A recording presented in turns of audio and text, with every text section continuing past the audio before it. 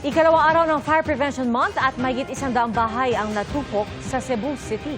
Kabi-kabila rin ang sunog sa iba't ibang residential area sa Metro Manila. At mula sa Quezon City, nakatutok live si Mav Gonzalez. Mav?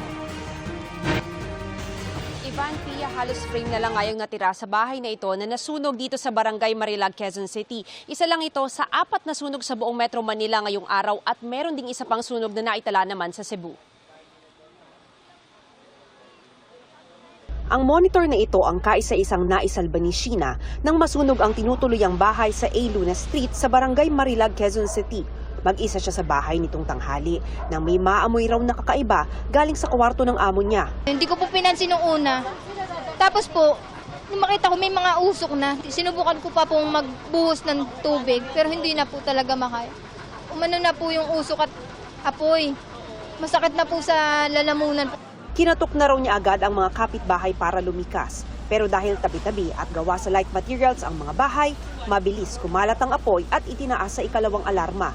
Malakas din ang hangin kanina kaya ang usok binalot na ang halos buong kalsada. Kaya kahit yung mga hindi pa naman inabot ng apoy ang bahay, kusa na ring lumikas. May sunog na pala doon sa likod ng bahay namin. Kinuha ko lang yung mga importanteng gamit ko, mga cash. Kinato ko sila, walang tao talaga. So, minake sure ko naman na wala talagang tao sa loob bago ako lumabas. Nasa eskinita ang sunog, kaya naglatag ng hose ang mga bombero. 12:40 p.m. idineklara ng fire out. Residential compound din ang nasunog pasado alas 11 ng umaga naman sa Sampaloc Street, Barangay Pasong Tamo, Quezon City. Umabot lang ito sa unang alarma at naapula agad matapos ang kalahating oras. Kasabay nito, sumiklab din ang sunog sa isang residential area sa Pasay City pero naapula agad ito matapos lang ang 15 minuto. Sa Pandacan, Maynila, sinubukan pa ng magkapatid na Vic at Eduardo apalahin ng apoy sa kanilang catering business mag-aalas 8 ng umaga kanina. Nagpapahinga raw noon si Eduardo nang marinig ang sigawan ng mga kapitbahay. Bigla ako lumabas. Yung pala may sunog na. Kaya nagtakbuhan na rin kami. Nagdala kami fire extinguisher. Kasi hindi nakakaya. Mabilis, ma'am. Nung makita ko, umuusok na, may umapoy na. Kinuha ko naman ang fire extinguisher namin. Ay sabi sa akin, hindi na kaya. Natak na ako kasi hindi nakakayanin. Yung mga gamit namin, nasa baba. Kaya lang, nabasa lang lahat. Kasi yung mga pagkain namin na nasa freezer, parang hindi na pwede. Nailabas nila ang mga LPG tank kaya hindi na ito sumabog pa. Bukod sa mga bahay, nasunog din ang salon at mga kainan sa harap. Based po sa mga nakakita, is nag-start daw po ang sunog sa kitchen area ng ground floor. Parang bahay siya ma'am na residential area na naiwan daw po yung nagluluto. Alas 9 ng umaga, idineklarang fire out. Paalala naman ng BFP, Huwag nating iwanan. At the same time, meron tayong mga first aid fire protection equipment kagaya ng mga fire extinguisher para at least lahat naman po ng apoy nagsisimula sa maliit eh. So kung maliit pa lang siya at meron tayo kagad magagamit na pamatay sunog, might as well na mapapatay kagad natin. Hindi na darating sa point na lalaki pa siya. Sa Cebu City, nagkasunog din kaninang madaling araw sa sitio Naba, Barangay Mambaling. Mahigit 100 bahay ang natupok. Ayon sa City Social Welfare Services, umabot sa halos 200 pamilya o halos 1,000 individual ang naapektuhan. Umabot sa ika-4 na alarma ang sunog na naapula matapos ang 2 oras. Inaalam pa ng BFP ang pinagmulan ng sunog na nag-iwan ng 1.5 million pesos na danyos. Pansamantalang nanunuluyan sa isang gymnasium ang mga nasunugan. As of March 2, mahigit 2,000 sunog ang naitala ng BFP sa buong bansa ngayong taon. Mas mababa ng halos kalahati sa mga naitala sa parehong panahon noong 2024. Ivan, sa kabutihang palad naman ay walang nasawi o nasaktan sa mga sunog na yan sa Cebu at dito sa Metro Manila. Yan ang latest. Balik sa Ivan. Maraming salamat, Mav Gonzalez. Ipinagutos ng Land Transportation Office o LTO na muling isailalim sa training ang lahat ng kanilang enforcer. Kasunod po ito ng marahas na pag-aresto ng ilan nilang tauhan sa isang magsasaka sa Panglao, Bohol.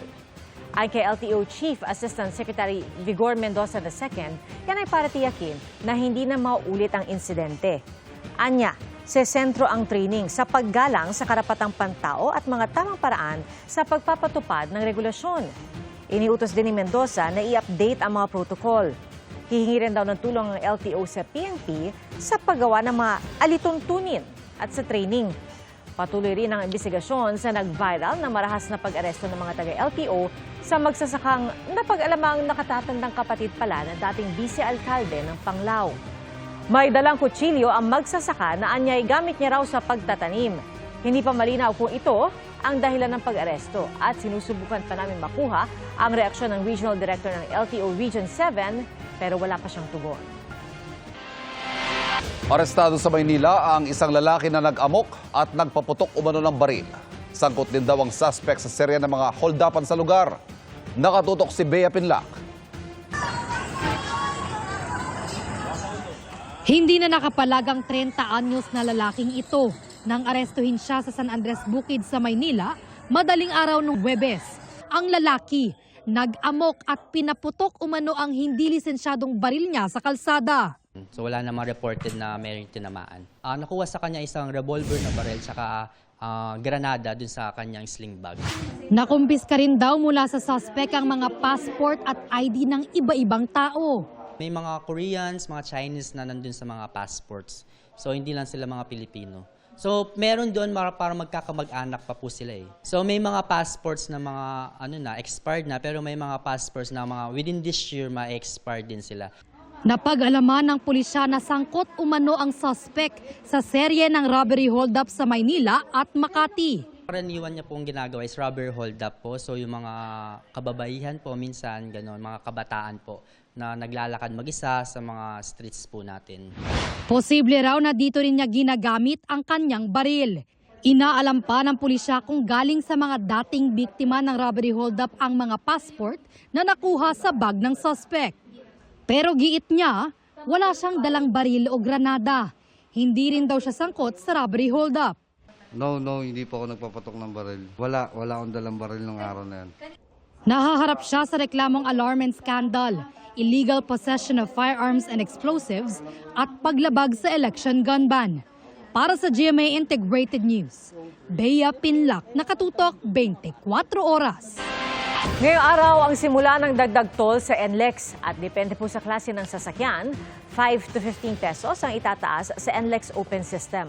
Mula po yan sa Balintawak, Caloocan, Mindanao Avenue hanggang Marilao, Bulacan.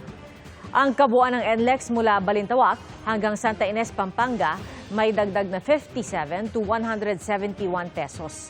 Ang sa Toll Regulatory Board, nakabatay sa petisyon ng NLEX noong 2022, ang dagdag singil na layon daw mabawi ang mga nagastos sa pagsasaayos ng mga daan. Ngayon po unang araw ng Ramadan o banal na buwan ng pag-aayuno ng mga Muslim sa buong daigdig. Maaga nagdasal sa mga moske ang ilang mga Filipino Muslim ngayong araw. Sama-sama taimtim na nagdasal ang ilan sa Isabela, Ilocos Norte, Iloilo City at Davao City. Ngayong buwan ng Ramadan, magsisimula ang pag-aayuno kaya bawal kumain at uminom ang mga Muslim mula bago sumikat ang araw hanggang sa lumubog ito. Naniniwala rin sila na dapat nilang isapuso ang mga katuruan ng Islam. Sa isang pahayag, nagpaabot ng pakikiisa sa mga Muslim si Pangulong Bongbong Marcos. Anya panahon ito para makapagnilay-nilay at magpalaganap ng kabutihan sa isa't isa. Nakiisa rin si Vice President Sara Duterte sa mga Muslim ngayong buwan ng Ramadan. Sa kanyang video message, inanyayahan niya mga Muslim na magdasal para sa kapayapaan at kapatawaran.